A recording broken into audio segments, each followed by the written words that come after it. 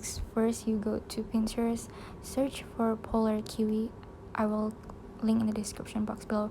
You save for a code called Darkstorm, then go to polar app, click styles, and then import style, and then import from photos. After that, choose the photo that you guys already downloaded on Pinterest, and you're done. Well, thank you so much for watching and have a nice day. Bye.